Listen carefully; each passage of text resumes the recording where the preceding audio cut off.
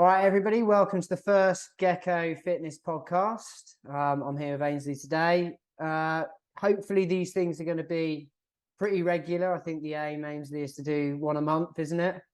Yeah, sounds that is the plan. Okay. And the purpose of these things really is just to try and get more information out there to you guys and try and introduce you to some new different faces, people you maybe don't hear as much from. I'm sure most of you are sick of actually hearing from me and Ainsley, so this probably isn't the best way to start it, but equally we're the most accessible people on a Monday morning to record a podcast. So let's dive straight into it. And I think, today we're going to be talking about weight loss and weight loss in general. We're going to talk about our personal experiences. Me and Ainsley both come from a very different kind of background on this. Myself as a coach, and Ainsley more as an athlete, and specifically a combat athlete. So we'll talk a little bit about that. And then we'll talk a little bit about what the science kind of says about what makes successful dieting, and then hopefully kind of pick out some of the most common mistakes that we see being made. So to start us off, Ainsley, do you want to just talk to me a little bit about your weight loss journey, what your experiences of losing weight or specifically cutting weight in a kind of boxing and now BJJ experience has been like? Yeah, absolutely. I mean, it was very generous of you to put me under the category of athlete. Definitely, yeah, definitely a master's athlete now, but with a long history. Fortunately or unfortunately, my sports for a long period have involved making weight. So the experiences on that are probably making all of the mistakes that the general population will make. Ticked every single box from crash dieting, cutting things out, and just in general making life harder than it needs to be. So I'd say on that, I probably share more. Although I've got a good understanding of nutrition and the science behind it, I'd say I've done my fair share of mistakes along with, shall we say, the general public on that one. I think it's an interesting point though, isn't it? Like, I think, we all work in the fitness industry. We all have a basic knowledge of nutrition, but I think we've all made our fair share of mistakes. I think that's also something we'll try and tease out today as well. I think we're just as susceptible to shiny headlines and supplement marketing and juice, as anybody else. But I think it's also interesting to hear from your perspective, like, you said, making it harder than it necessarily needs to be. But I think sometimes, from my experience of working with combat athletes, is that's almost part of it, isn't it? Sometimes within that field. Yeah, definitely. The sport, it doesn't matter whether it's boxing, mixed martial arts, judo, it's steeped in tradition. And that has been there since day one, and it'll long continue. And the idea of, cut to the chase, you're trying to be as light as possible with the viewpoint that you're going to have an advantage over a smaller opponent. What we don't take into consideration is the negative effects of those. So why there may be, lots of listeners at the moment saying, well, hold on a minute, I'm just out here walking my dog. I've got no intention of having any form of, combat experience. But we're all humans, and we're all looking for that sort of quick fix and something to get us there a bit quicker, maybe get us into shape a bit quicker. And at the top of our list is not often considerations for, the byproduct of that. If I cut something out and I lose weight very quickly, great. But there may be 5 or 6 key points of why, A, I probably don't want to do that. And B, there's a better way of doing it. Yeah, and I think you've hit the nail on the head there, which is, although most people probably listening to this now aren't really thinking about getting in any kind of ring or octagon or with anybody else, the desire to cut that weight and cut it quickly is almost universal. Everybody wants to lose it, and they want to lose it like that. And I know me and you've had discussions more recently about whether actually it's the best thing to do, specifically talking about you and your fighting and whether actually you'd be better off at a slightly heavier weight. But it's also a conversation that I have with clients all the time. I have it with clients in the gym when I put them on a calorie deficit regime and they're starting to lose body fat. And then they will say to me, oh, do you know what? I don't know why, but that training session was really hard today. Normally I find those things easy. And I'm like, yeah, because you're in a deficit. You've got more energy going out than coming in. So training is going to be hard. And I think it's people naturally kind of associate weight loss and fat loss with being fitter and being stronger. Whereas actually, quite often, particularly whilst you're cutting the weight, the converse is true. Absolutely. And I think, another point to put in here is, individuality.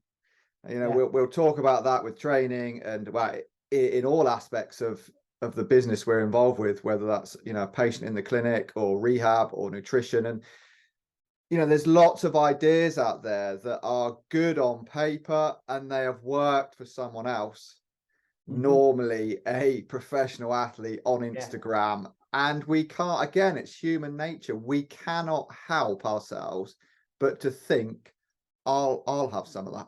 Yeah. And I think, I always say this to my nutrition clients as well, right? Is that pretty much every diet you've ever heard of, right? Every single one of them works. They all work.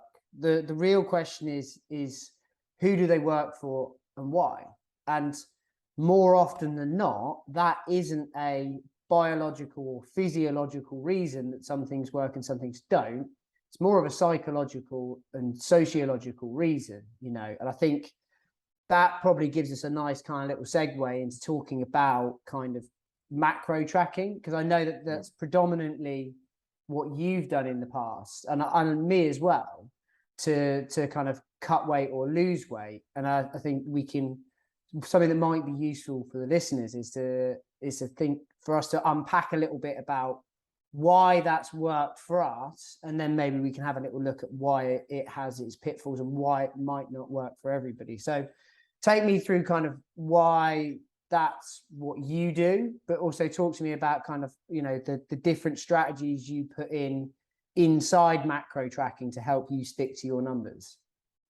I think in my experience, the macro tracking just sort of sets it out in black and white. So for a combat athlete or anyone really, it becomes one less job for me. So it takes personally, and again, I find this interesting, more the psychological profiling of nutrition, and something you will get involved with your clients is that works for me.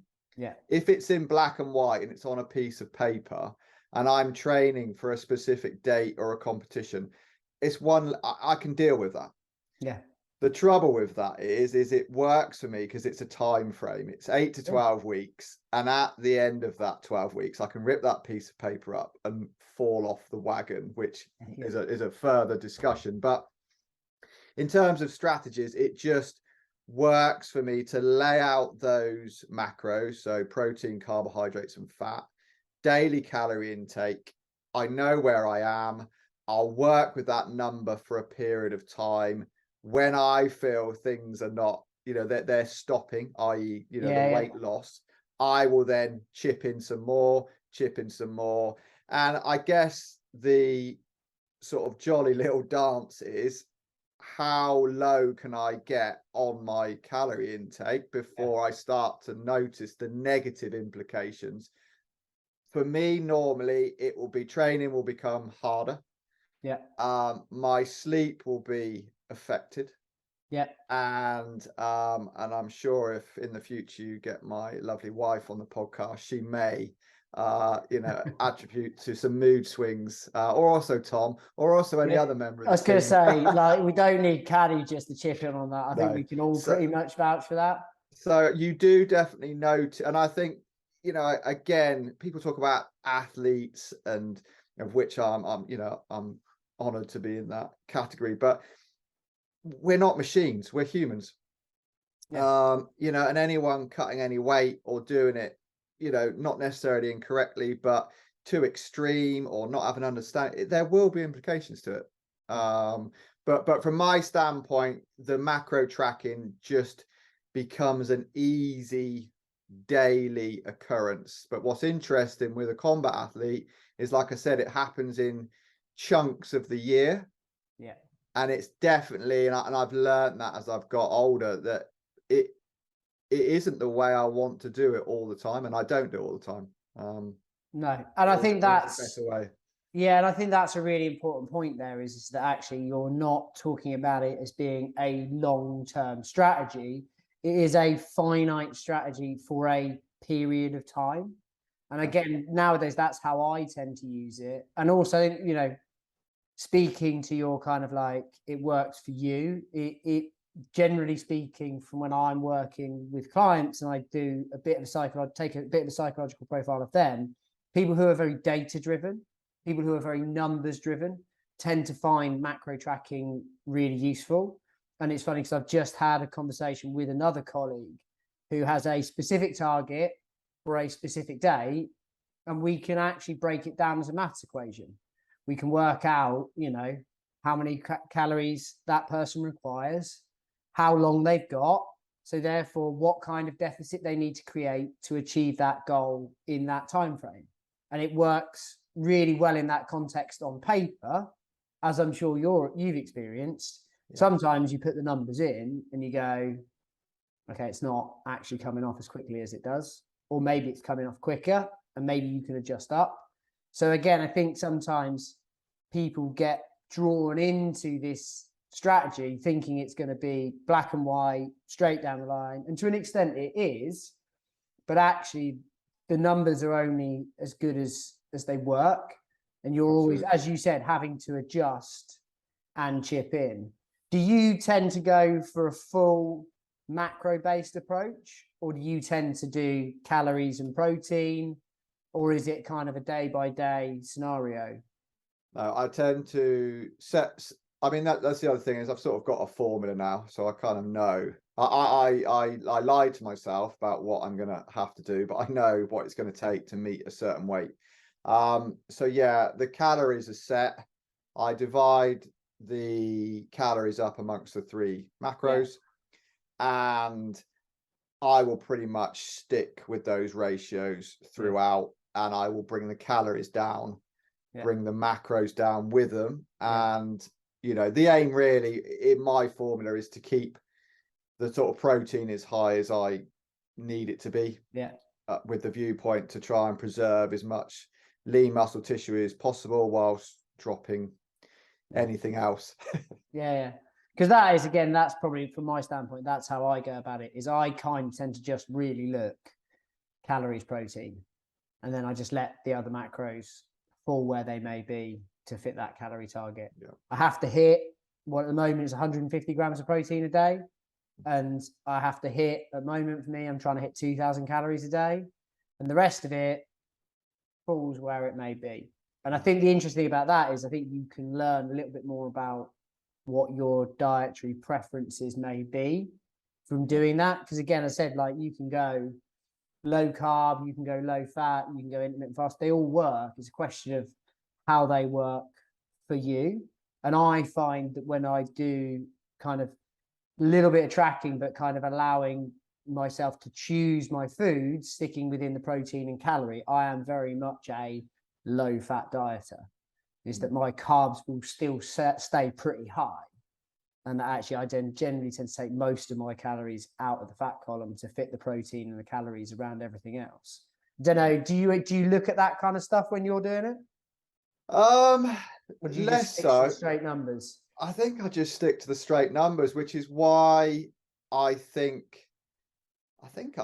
possibly even slip into that yo-yo diet, category, really, that once the competition is finished, I sort of do rebound a little bit all over the show. And I think we had a conversation a while back about trying, track the important stuff like the protein, and be a bit more, not loose on the other stuff, but have a little bit more of a sense for it. And the one thing I would say about the macros and counting calories, because it is something that comes up. Do you need to count calories? And my bias would be, at some point in your life you do.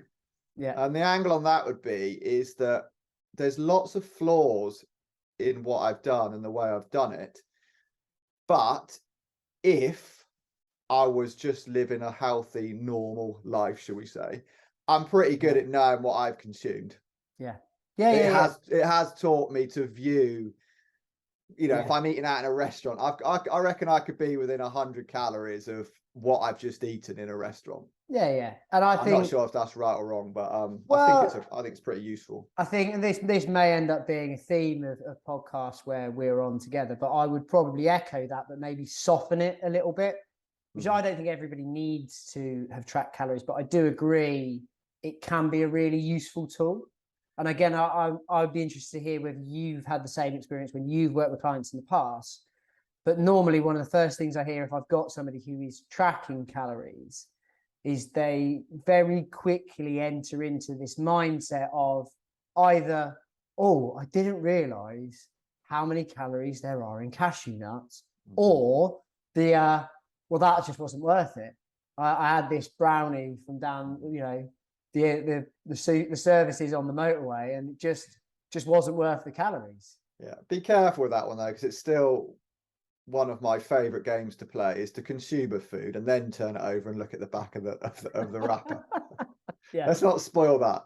I think we've all been there, where you go, 100%. that'll be all right. You eat it, you scan it, and you go, oh shit, that was actually 800 calories. I think if you want to strip that right down to its basic format, anything with a nut in it is probably going to be pretty punchy. Yeah, and I think, as we get a little bit further through this, we're going to talk a little bit more about kind of using kind of what I would call more global guidelines for weight loss and food types. And the two things can be synergized. And I think this is, again, the mistake that a lot of people make, is thinking I either have to do low carb, or I have to do intermittent fasting, or I have to do calorie tracking. And that actually sometimes you can kind of amalgamate these different strategies into something that works for you. And you can also flip-flop between them on different days. You obviously can't amalgamate a low carb with a low fat diet within the same day,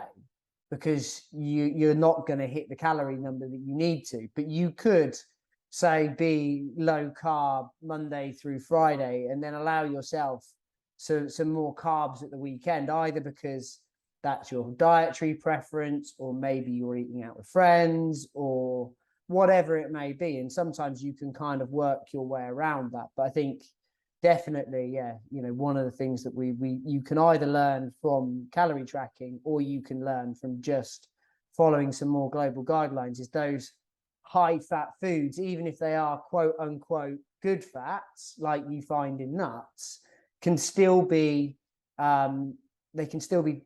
not beneficial to trying to lose weight, because they contain so many calories. Yeah. And I think, again, that's a mistake that people make. And again, I think I sent you guys a video the other day about the healthy weight loss strategy, where it is a lot of these health foods, coconut oil, nuts, like, that are just packed full of calories. And again, it's something that people come to me with a lot, which is, well, I don't know what's going on. I'm eating all the healthy foods, all the foods that I should be eating, and I'm not losing any weight. And you go, well, yeah, because you're eating too many calories. And I think you don't have to count calories for calories to count, I think, is the important thing there. Oh, I agree with that. Okay, so let's take it a little bit more further into kind of some more global guidelines. And I think, I'd be interested to see whether you, and I know the answer to some of this, because I think most of it is just that I've badgered you over the years about it. But I always tend to talk to people, we've touched on it there, about looking at foods not from a good or a bad perspective, not from a healthy or an unhealthy perspective, but particularly for fat loss, looking at them in terms of a calorie density scale, where you've got high calorie density foods on one end and you've got low calorie density foods on the other. And I think that will basically take the form of what most people consider to be healthy diets, with a few red herrings in there, being like nuts, oils, coconut oil in particular. Are there any others that you can think of? The kind of the generally healthy foods that tend to be just whacked for the calories? Avocados. Yeah, I think you've covered the basis there. My input on that would be not so much foods, but the way we get taken off track slightly by the good old sort of food manufacturers. So we will just take it as a given that a sunflower stuck on the front of a box means that I can just, knock myself out on that food product. I think we are inherently lazy.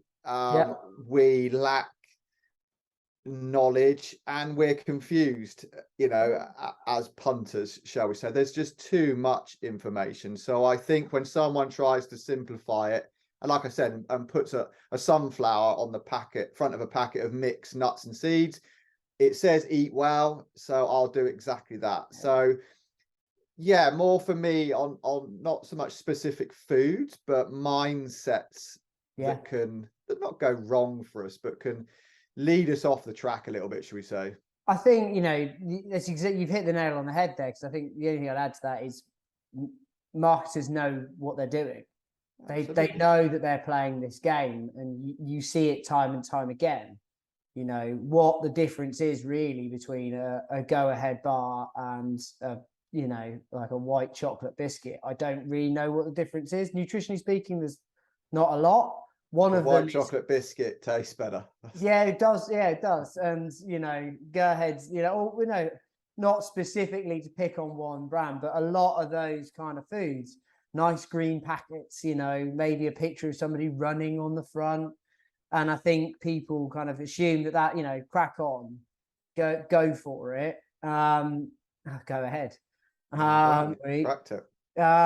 But I think the other thing that people kind of also, and this is a genuine kind of like psychological thing we see in all things, we see it in the gym and exercise as well, is that people might read an article saying that, nuts contain good fats. And the automatic assumption is, if some of it is good for me, more must be better. Absolutely. Which is a logical fallacy that we see all the time, right?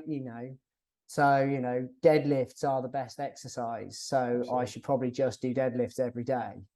And again, probably not the best strategy to go by. Just because something's good doesn't necessarily mean that we need more of it. I agree with that. And I think, 101 with, we're not trying to plug our business as such, but it's about coaching, really. It's about advice, about structure, it's about guidance. And we will always be headline animals, like you said, deadlifts, high intensity training, intermittent fasting, low carb, low fat. Somebody asked me the other day if I heard about this new thing about, eccentric, muscle training, walking downstairs. And I just said, well, what have you done up until this point? Have you only gone upstairs? We've been walking downstairs and downhill, I think, since the first time we went up a hill. Yeah. But it's been worded in a way that it's new, and nutrition is exactly the same. And I think, where we come into play, or we try and help people, is structure and removing the noise. Yeah. And I think that is, whether it's calorie counting, not calorie counting, personal training, whatever, it doesn't matter. You're trying to set somebody on a path.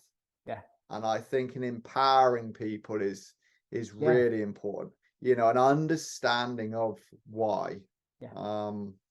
And I think that's a really important point, is, and again, it's one of the things I try to hammer into, particularly my Nutrition for Lifers, is autonomy. This isn't about me telling you what to eat. I'm going to guide you on a journey to figure out what works for you, so that it becomes your diet, not mine. I'm not the person that's got to eat this food for the rest of my life. You are. But I think that it is really important. So if we kind of segue that into exercise and weight loss, what where do you kind of sit on terms of like how much exercise do you like to build into your kind of weight loss program, as it were? Do you are you a person that upregulates the amount of cardio you do? Do you try and increase the amount of activity that you do? I think, see, the funny thing with a combat athlete, and again, the irony Yeah. of my approach is that as I start to cut calories, guess what? I start to find training harder and harder and harder. Yeah. But because I'm obsessed, if you like, with making a number for a competition, Yeah. I sort of start to do the bare minimum. Yeah. So the least amount possible. Now you could look at that a couple of ways, in that, you know, one would be, well, if I ate more fuel, I could train harder, and, you know, Yeah. there's a conversation for another day. But it also shows you that without opening up a can of worms, the exercise for weight loss, and I know this has been discussed, in one headline is not a big facet in the weight loss. Yeah. So it really does come down to the food for me. Yeah. You know, in fact, there have been occasions during a sort of camp, if you like, where I've either, you know, been unwell, or I've caught a cold, or that week I've not really done any training, and it hasn't had any effect on my weight loss whatsoever, because my calories have been where they need to be. Yeah. But the other point I would make on that is, again, there's another example of a headline. You know, where do I see, you know, so I don't think exercise is a major thing. However, I see it as a bit of a jigsaw. And if my training's flowing and I'm enjoying it and I'm feeling good from the training, which all of us would have felt, Yeah. the nutrition comes along for the ride. So I see this sort of headline lately that, you know, exercise isn't that big a deal. And I think in the black and white, it possibly isn't. It certainly isn't. It doesn't really matter what you do, I don't think. Yeah. But I do think the two are linked. You know, you see that a lot with clients in the gym. If they're enrolled in the gym and they're feeling good and the sun's out, you know, they're more likely to go home and eat some, you know, grilled chicken and a nice salad. Whereas if they haven't been to the gym for a month, it's raining and it's -2, you know. So I think they're linked in that sense. I think there's definitely a less tangible kind of link between, like you're saying, the feel good factor of, right, I've just trained really hard, so I want to kind of maximize that by going and eating well now. But I think, you know, the science is fairly kind of damning in terms of like how much exercise plays a part in weight loss. And I think anybody who sat on that assault bike in the gym and been made to do 10 calories at the end of their session will attest to the fact that it takes an exponential amount of effort to burn that 10 calories than you would have thought. And actually, you know, compared to taking 10 calories out of your diet, I think it's much easier just to take it out. But I think the science is also equally clear that exercise, and specifically regular exercise, plays a huge part in long-term appetite regulation. Those who exercise more regularly generally have a much better kind of autopilot when it comes to knowing how many calories they need to intake. Because again, I know you say post-fight, you might go a little bit mad, but what's your kind of like range in terms of like, okay, fight weight is ultra lean, but like I can imagine that the bounce back isn't, I'm probably going to be completely wrong. I can imagine the bounce back isn't too big, because I know specifically from my point of view, I sit pretty tight between about 78 kilos and about 85 kilos. I don't really go much above that these days. And that's even when I'm kind of just eating my fill.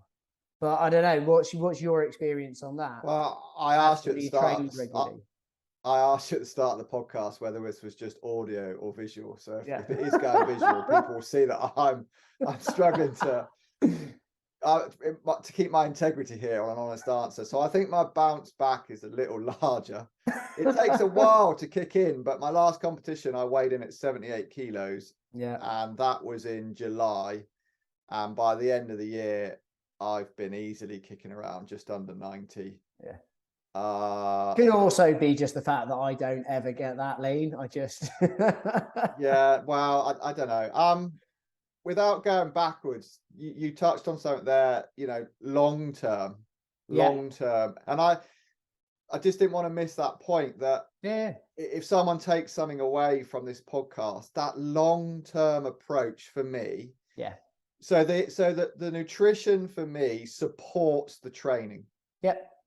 That's how I see it. But long-term strategies of both exercise and nutrition, long-term strategies for using a gym, keep moving as well as I can for as long as I can, keep injuries away for the majority of my life, underpin healthy eating strategies to not to live longer, to live better, I think is the way I look at it.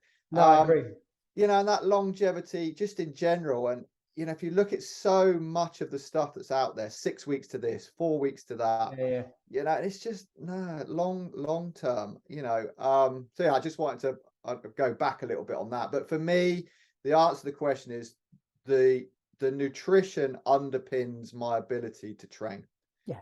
And I think that you've hit the nail on the head there, is like it, exercise, I don't think plays a huge part in fat loss, but in terms of regulating your weight year round, decade round, whatever, and being well and fit and all of the things that most people want to get out of generally training, I think exercise has to underlay it all. I don't think it's a particularly useful strategy, and I think most of the scientific literature will show you that.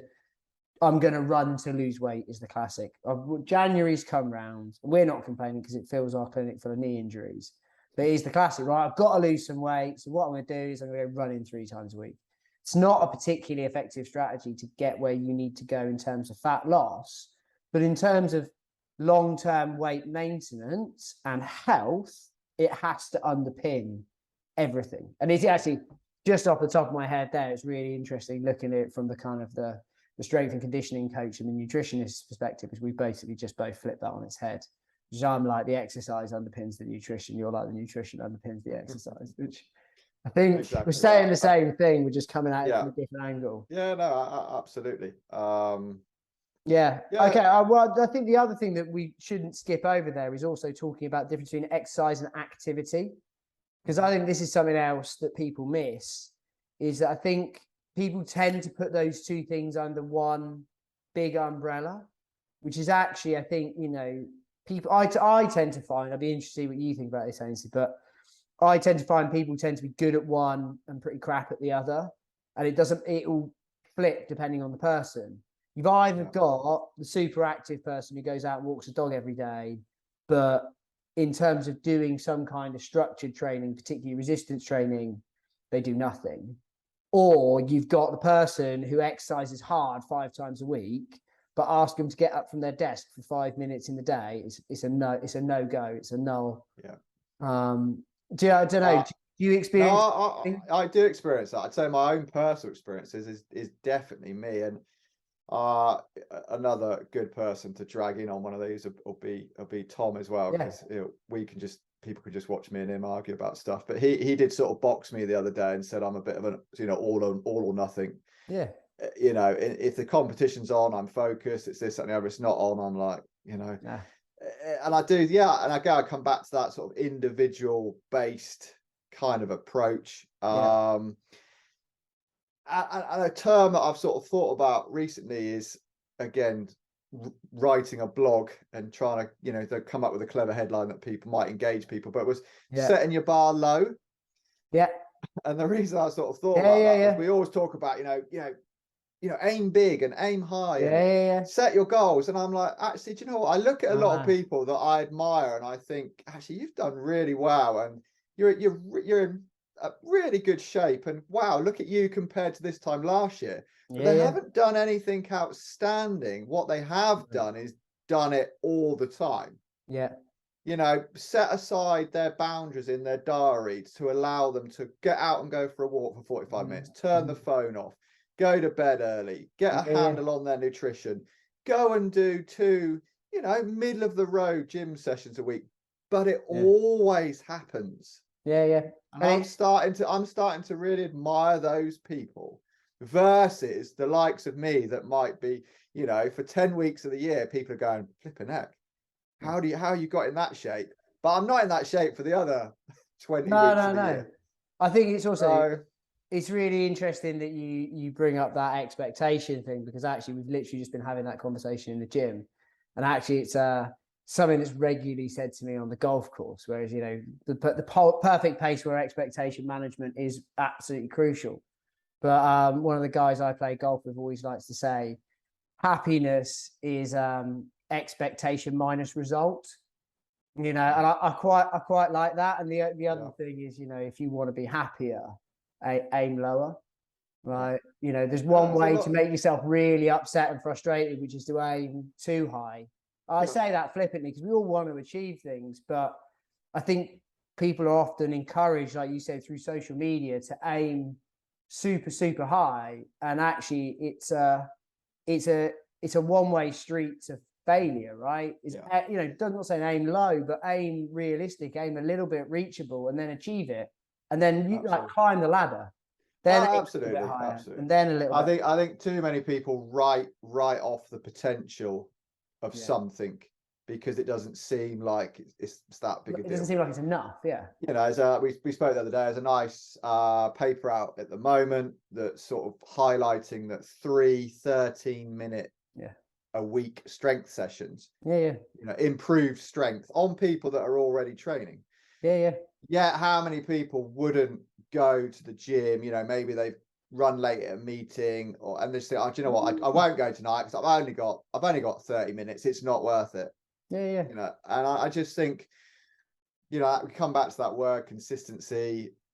In terms of health and long-term health, I think, you know, consistently getting habits in place weekly, over a long period of time, you know, 100%. And I think that's where, you know, maybe looking, not at me, but looking at any sort of combat athlete or anyone really who does quite extreme things for short periods of time, for the bulk of us, it's not the way forward for you. No, and I agree. And, you know, just to, again, not to just hammer the point home, but I bring you into this conversation because I think it's interesting to have a different perspective, not because I think that's what anybody should do. Because I think it's interesting to look at it from the other side in terms of this is what combat athletes do. But actually, I think for most people, it's not a sustainable solution. And again, to wrestle it back to activity and exercise, you know, you talk about that paper of 13 minutes 3 times a week. I think, you know, I always go back to the Levine study. Have I ever showed you this? Which is they took a group of office workers and they got them to exercise for 1 minute, 2 minutes, and 5 minutes every hour of their working day. So across the course of a year, you've got a group that are doing 5 minutes of walking around the office 8 hours a day. So again, what's 8 times 5? So again, my maths is shocking. 40 minutes, 40 minutes of walking a day. And across the course of the year, they burned enough calories that's the equivalent of 10 pounds of body weight. So we're talking about 5 minutes every hour for an 8-hour working day. And again, you say that to somebody, they'll go, "Wow, really? Like, can I bother to get up every hour, walk around 5 minutes? It's not a lot." But if you tell them that's 10 pounds of body fat, like in the course of a year, it's really small, little kind of. And again, I think that's the bit that people overlook, particularly with activity, is just be more generally active. And again, I think, you know, the other thing that's always worth pointing out on that is when you hear people talk about people who've got good and bad metabolisms, you know, when we look at the literature, the people that have good metabolisms, they just move more. Like they do consciously, unconsciously, they fidget, they fiddle, they walk, they talk. Maybe that's why I stay leaner, is just the amount of talking that I do. Calories that I burn in. It's a fair point. It's a fair point.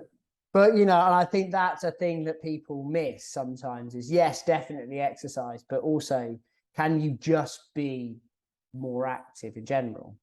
Cool. Okay. I think we've got a good bulk of stuff there, and I'm kind of conscious of time. I don't want this to be too long. So I just kind of want to round it all off really with, do you have any kind of personal top tips to be kind of catchy and headliney for weight loss? My top tips would be, and this will be a bit like the classic podcast where we've got to the end and we sell you something. So that's exactly what I'm going to do. But I would get some structure off of somebody who knows what they're doing. And whilst I won't make it obvious to plug your good self, but I think maybe that's a podcast for another day though, is what makes somebody, what makes a good, nutritionist or a good personal trainer or a good physio. I think good evidence-based practitioner, I think we could do 2 hours on that, couldn't we? But I think we will do it to get it off my chest. But no, I'd say structure, structure, I think setting the bar low, make things doable, have some accountability and take your time. Why some of the methods I've talked about, are not a long-term process. They're going from A to B pretty quickly, pretty extremely, and it's not a long-term thing. So so for me, try and get the complete package really, in that, look at your lifestyle, speak to somebody who can help you map those things out, and take your time with it. Really, when I say take your time with it, probably don't even put a time stamp on it, would be a top tip from mine. As I like that, it's cliches all over the place, but the one that does seem to kick about a bit in my sport of sort of martial arts is, just turn up. Stop people talking about, this competition, that competition, this method, that method. Just turn up. Just be at training and see what happens. And I think lifestyle's a little bit like that. Just try some of these things. Try and improve your sleep. Try and improve your food. Try and improve your lifestyle. Try and find exercise that you think you might be able to do for the next 20 years, rather until half term. So they'd be my kind of bits and pieces. I don't know about yourself, but things that are doable. I agree with everything you said there, and I think thanks for the plug as well. You're welcome. Always helps, but I think you're right, particularly at this time of year, particularly January. This is I'm going to get on it now, and we see it with lots of people. I'm going to come 3 times a week, and inevitably that peters out because they can't commit to that long term. And actually, I think that the just turn up, I think, is really a really solid piece of advice, because again, you'd be surprised how much you can achieve by just dragging yourself to the gym, even if it isn't the best quality session. Just get in and just do it. But I'm going to do the complete opposite. My top tips are going to be straight and just to the point. Eat more vegetables and drink more water. I think people will be surprised how far he's got it. He knows, because I'm always badgering him. Sat there all morning. Water. Yeah, it's been sat there all morning. It's the first sip he's had today. But I think people will be surprised how much you can achieve, particularly from a weight loss perspective, but also from a health perspective, by just drinking a load more water and eating a load more vegetables. Bringing the fullness of your stomach up whilst bringing that caloric density down. Shove your plate full of as many vegetables as you can get on there, and drink at least 2 to 3 liters of water a day. And I think you'll be surprised how much you can achieve just doing those 2 simple things.